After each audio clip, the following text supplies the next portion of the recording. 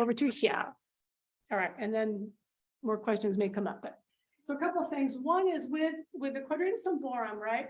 There's a couple of things. If it is really, really stiff and short, and you really can't, it's not mobile, it will be uncomfortable to really mobilize it.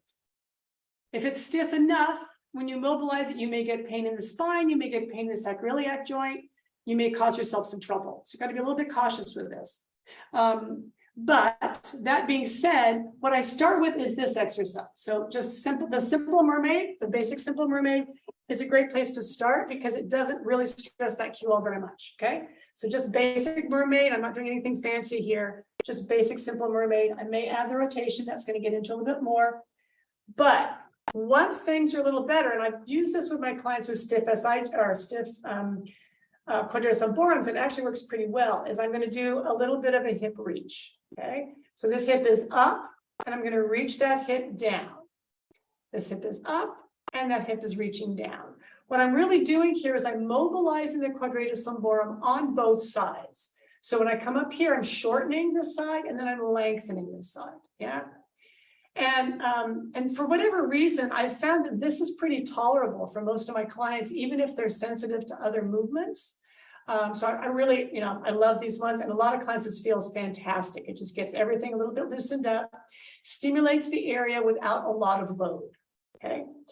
One version of that I add is coming over to this, again, the rotated position, same idea. This is a little trickier. This would be a progression.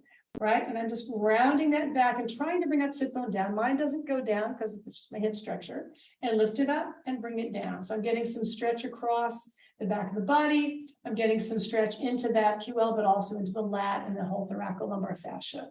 Yeah, all that whole structure. And then coming back and coming up. Okay, so another way to do that, Ivy, is just this. Is just sitting and just rocking from side to side, because that's shortening and lengthening the QL all by itself. So that's another way to just play with that. And that might be a first step to see if a client can tolerate that movement through the SF, through the quadratus lumborum. If they can, then you can go on to the mermaid, you can go on to other exercises that might be helpful for them. Did that answer it? You can see. I'm going to say yes until something else comes in. Okay. So, and then for the hip that doesn't touch, would you add a prop underneath that hip for tactile feedback? Yes. So if you're doing regular mermaid and that hip doesn't touch, because now, just what does that mean, right? That means there isn't enough mobility at the hip joint to bring that hip down, okay? Which is, or at the knee joint, but usually it's the hip joint. So yes, I will often pad that. We'll just put, we'll fold up a towel or whatever, so they've got some feedback there. Because if they're really not letting that hip isn't anchored, they're not going to get the same stretch, right? Stretch really requires one point to be anchored and then the other one to be pulling away from that anchor point. If both points are mobile, it's a lot harder to work on the stretch.